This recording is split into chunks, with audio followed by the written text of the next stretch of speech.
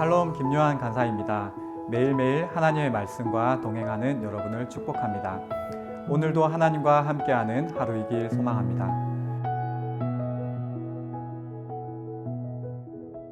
오늘 본문은 바울의 예루살렘 방문으로 인하여 일어나는 사건을 다루고 있습니다.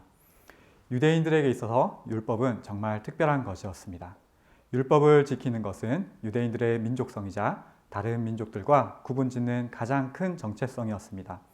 그것은 유대 개종자들에게도 다를 바가 없었습니다. 예수님의 제자였던 베드로조차 율법으로부터 쉽게 자유하지 못하였고 고넬료라는 이방인을 만나 세례를 주기까지 많은 고뇌를 가져야 했습니다. 많은 유대인들이 그리스도인이 된 후에도 율법을 준행하는 것을 가장 큰 덕목으로 지켰습니다.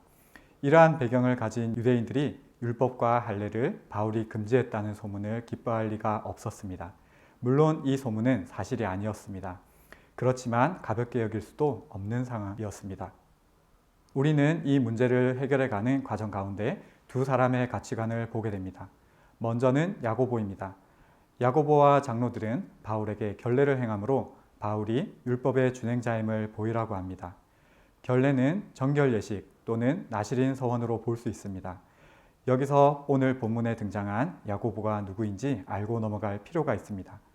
야고보는 예루살렘 교회의 지도자였습니다. 또한 예수님의 형제이자 야고보서의 기자이며 사도행전 15장의 야고보와 동일 인물입니다.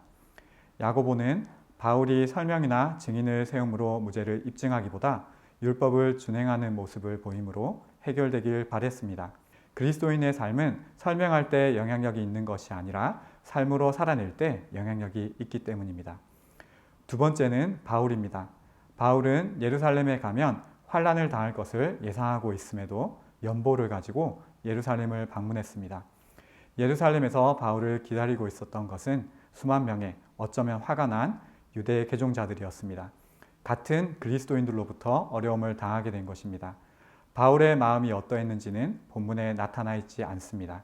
그저 상상해 보기로는 화가 났을 것 같기도 하고 이 상황에 실망했을 것 같기도 합니다. 바울의 마음이 어떠했든 바울의 모습을 주목해 볼 필요가 있습니다. 율법을 지킴으로 의롭다 칭함을 받는 것이 아닌 그리스도를 믿음으로 의롭다 칭함을 받는 것이기에 바울은 율법에 자유했습니다. 그럼에도 바울은 결례를 행하여 자신이 율법을 지켜 행하는 자임을 증명했습니다.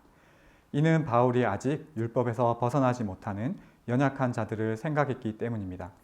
그리스도를 믿는 믿음이 있다면 율법을 행하는 문제는 바울에게 있어서 본질적인 것이 아니었습니다.